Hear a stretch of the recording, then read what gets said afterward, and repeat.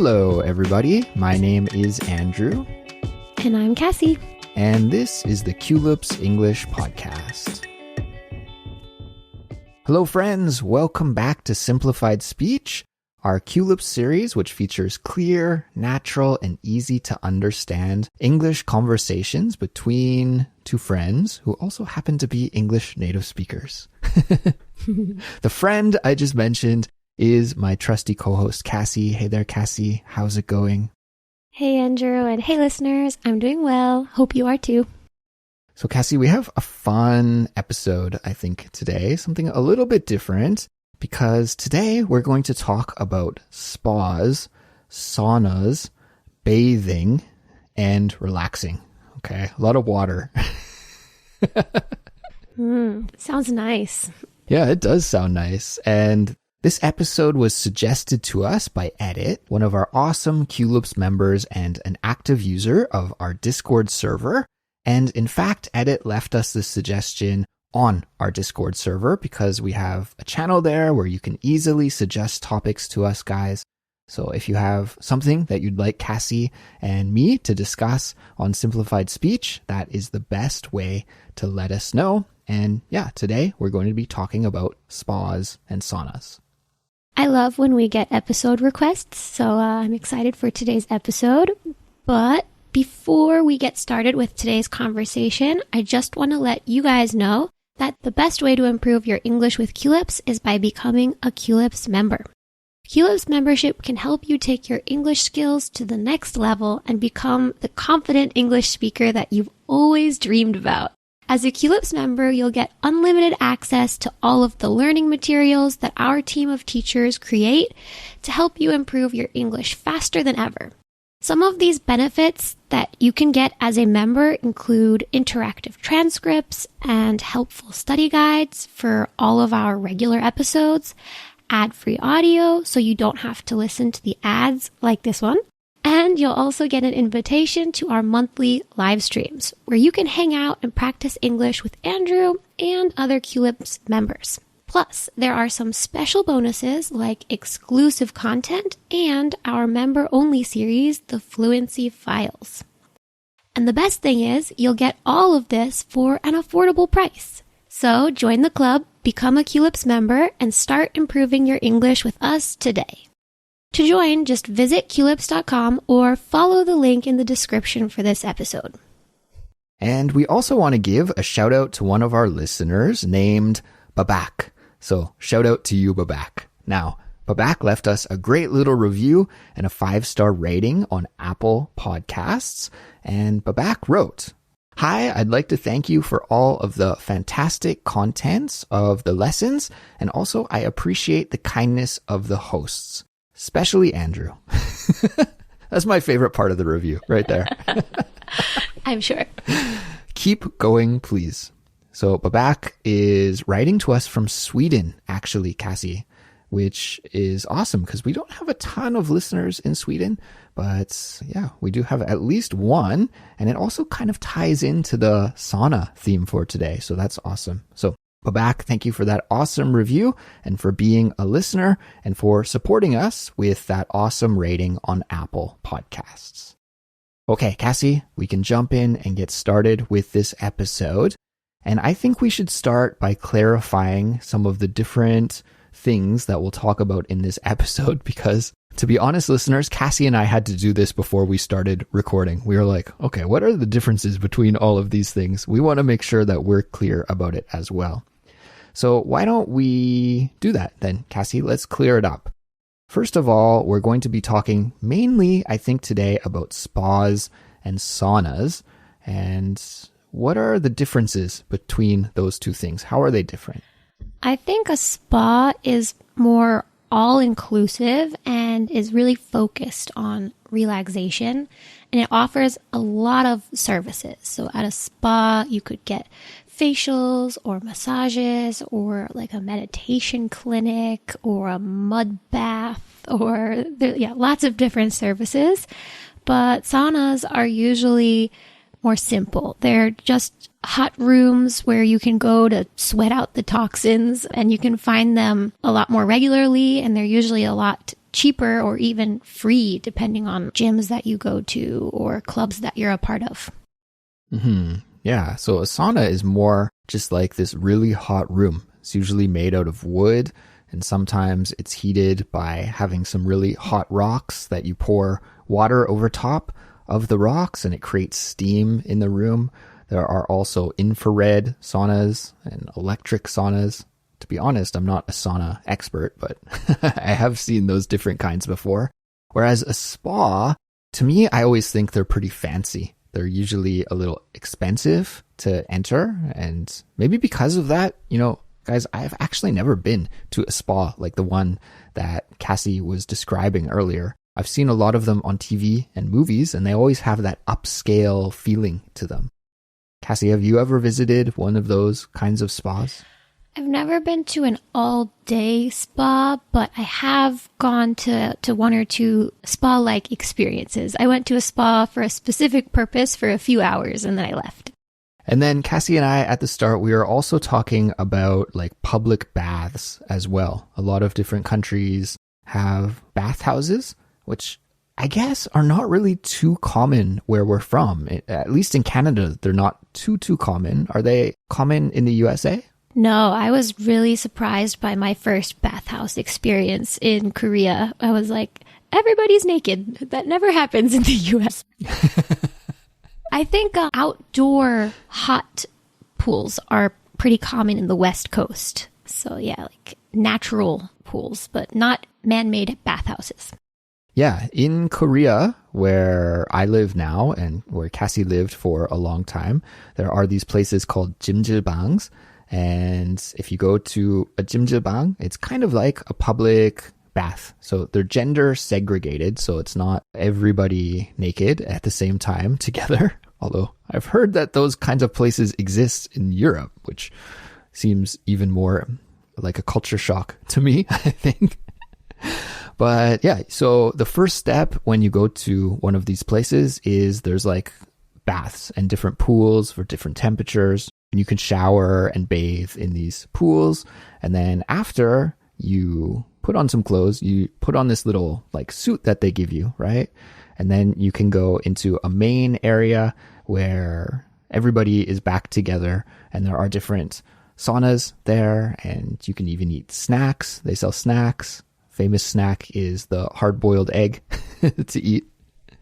And you can relax, you can sleep. There are lots of different activities you can do. So it's a place where you can bathe and sweat it out in the hot room, but also socialize or relax. So that kind of place is very, I think, unique to Korea. Yeah, I think they have them in Japan too, but I will say that those kind of places are kind of like spas in the US, but cheaper, where everybody can access them. And they do have extra services that you could pay for on top of just going to the bathhouse. For example, I haven't been too many times, but one of my favorite things to do there is to get something called a seishin, which is when you go into a room and you lay on, like, it almost feels like an operating table. Like, it's not comfortable. It's like a metal table.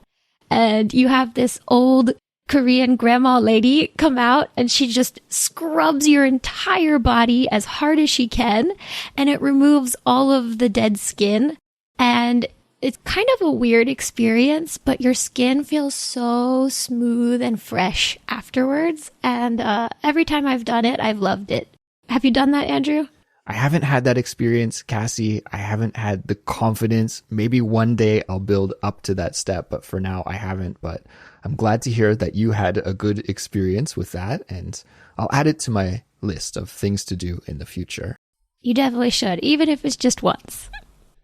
And I have to say also that you're absolutely correct about the hot springs on the West Coast, at least for Canada. I'm not sure about the States, but of course I'm from the western part of Canada and we have lots of hot springs, and often there are some that are outside. Last time I visited Canada, I went with my brother to a hot spring. It was really awesome. There are like these pools outside, and it's not like really wild. Like you might imagine that you're out in the forest in the mountains and there's just this hot water bubbling out of the ground and creating these pools, and you sit in those pools. There are some hot springs like that, and my brother was telling me about some that he's been to, but they require you to like hike into the woods for 6 or 7 hours or something, and they're really remote. There's also one he was telling me about that's on the coast, like right on the coast on the beach. So the waves from the ocean come in and mix with the extremely hot water that's coming out of the ground. And he said like the cold ocean water and the hot spring water mix, and it creates just this perfect temperature to sit in. So that one sounds pretty cool as well, but we didn't have time to do any big adventures like that. So we just went to this hot spring where the water that's filling up the pools is from the ground and is naturally hot, but it's like you're in a swimming pool, essentially. Like it just feels like you're in an outdoor swimming pool, except the water is really hot instead of just warm. Were there a lot of people when you were there?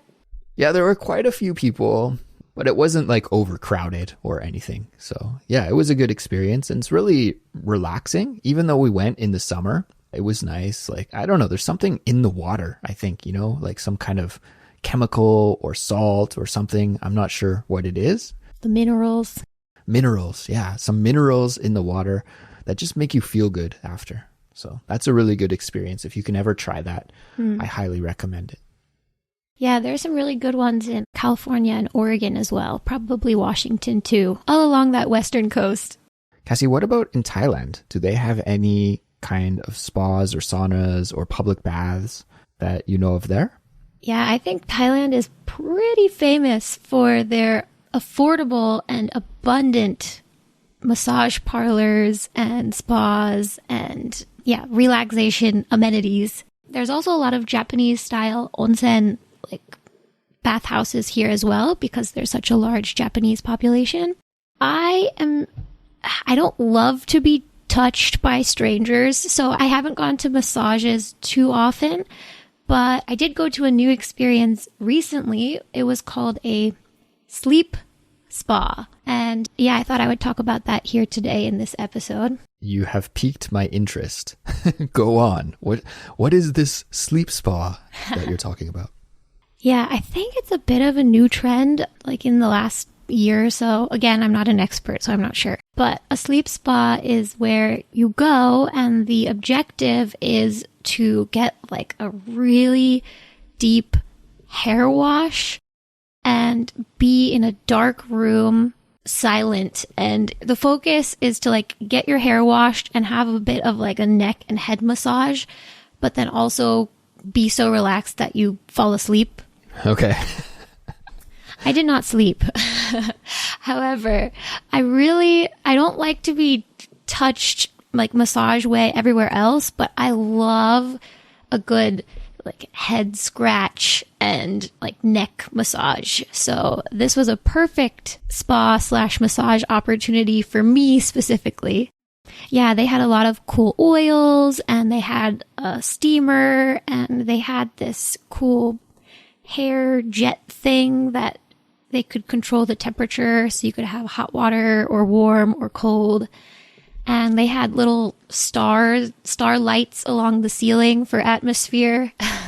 Okay, so you go in there, and are you lying down or sitting down? First, I felt very pampered. They introduce you to the building, and they give you these special slippers and an outfit, and then they give you a drink choice that you would like these really fancy teas. And then they take you upstairs and you're lying down. And then they pretty much do this like hair treatment and neck massage for quite a while. I would say 90 minutes or so.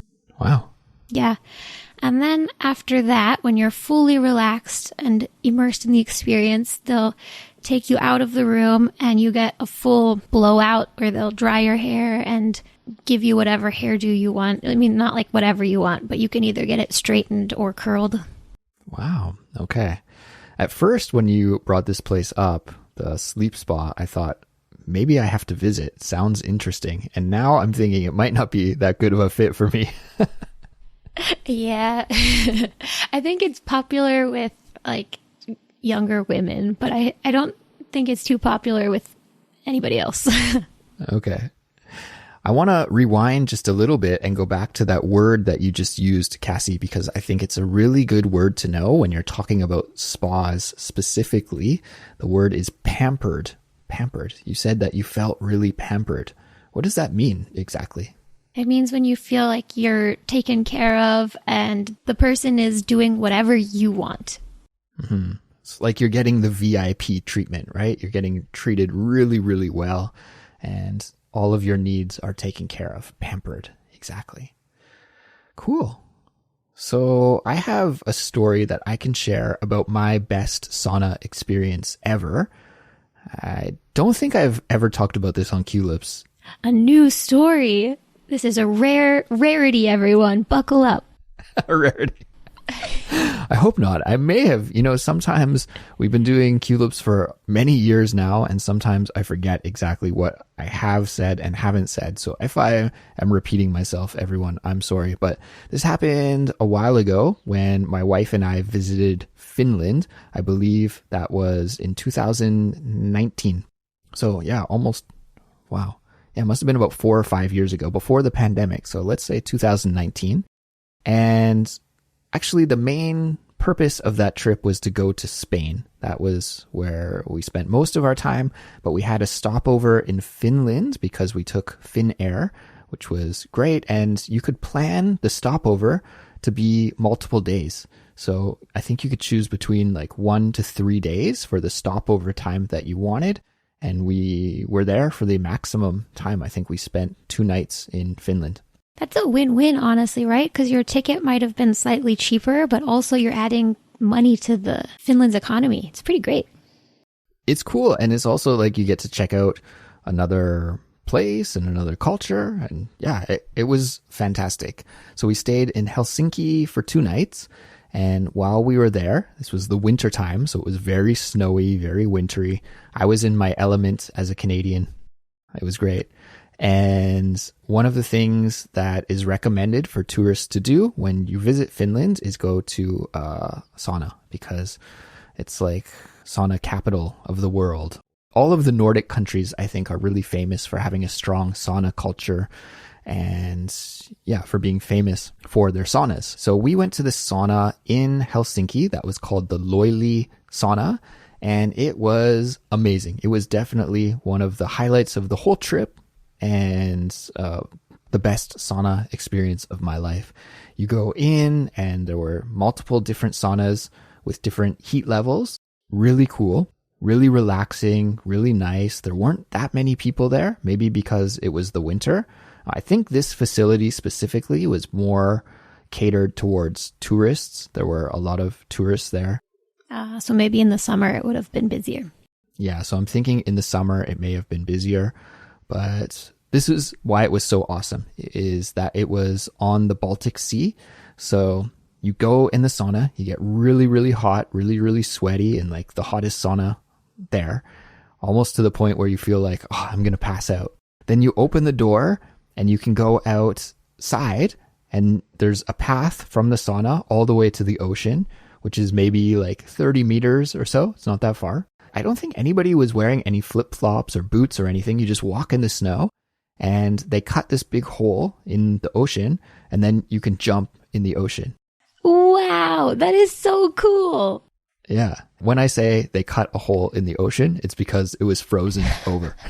It must have been freezing.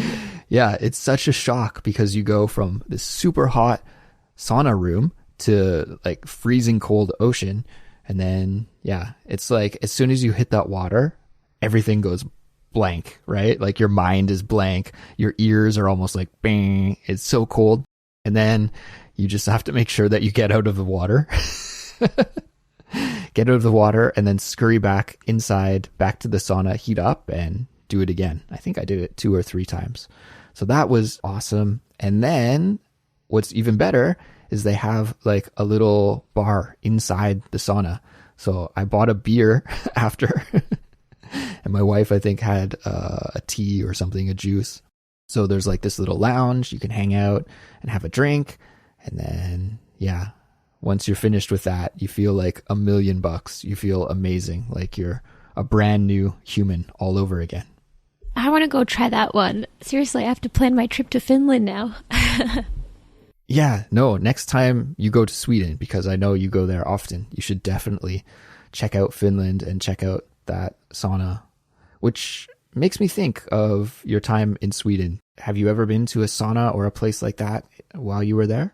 I haven't, but what is it called? Ice swimming? Winter swimming is super common there. And my uncle, he's not Swedish, but he tries to fit in with the natives, and he swims every morning all year round. Doesn't matter how cold it is. Really? In the ocean or like a lake or? In a big lake right near their house. And he has a group that he goes with. And I heard that they said the health benefits of swimming in this, freezing water is just so good for you and your circulation. Yeah, it's a huge trend these days, actually, to go to saunas and also to take ice baths. And there's a lot of new research coming out about how both of these things are really healthy. And a lot of people on YouTube and podcasts, because I'm into running, I listen to running podcasts and I listen to different health podcasts, and they always are singing the praises of saunas and ice baths, to the point where I even looked at how much it would cost to install a little sauna in my house. Not the ice bath? The ice bath, I was like, I can take a shower or just a cold shower. Surprisingly, saunas are not expensive as I thought. They're still expensive, and I'm not going to install one in my house. But I was surprised to learn that they're not as expensive as I originally thought they would be.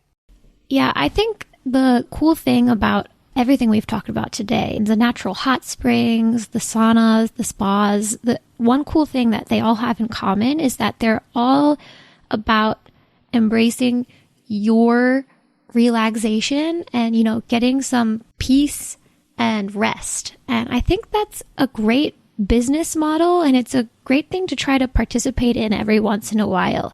Like you said, spas can be really expensive and fancy, but you can also find experiences like the natural hot springs or the bathhouses in your local neighborhood that offer maybe not the fancy schmancy experience, but they still offer this relaxing communal experience. And I think that all of us should try to get out more often and give ourselves a treat to pamper ourselves every once in a while.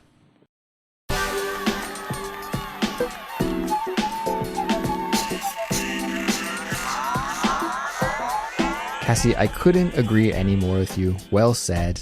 And I think that's a nice note to wrap things up on here. So that will bring us to the end of today's episode, everyone. If you are a Culips member, we're actually going to keep the episode going a little bit longer. We like to give some bonus content to our members. So if you're a member listening to this right now, guys, just log in to your Culips account and go to the dashboard. You can find the ad-free version of the audio there, and that's where you'll be able to hear the bonus content with Kassy and I. But for this regular episode right here, we're going to wrap things up. So thank you everyone for listening all the way to the end. We hope you enjoyed this conversation. And of course, we would like to hear your 2 cents, what you have to say about this topic, about going to a spa or a sauna or a hot spring, anything like that. The best place to leave your feedback is on our Discord server. It's free to join. Everybody can participate, and we have thousands of people over on our Discord server practicing English every day, and we'd love for you to join us. So just click the link in the description, and that's how you can join us on Discord. But for now, we are going to take off, but we'll talk to you next time. Take care and see you later. Bye-bye. See ya.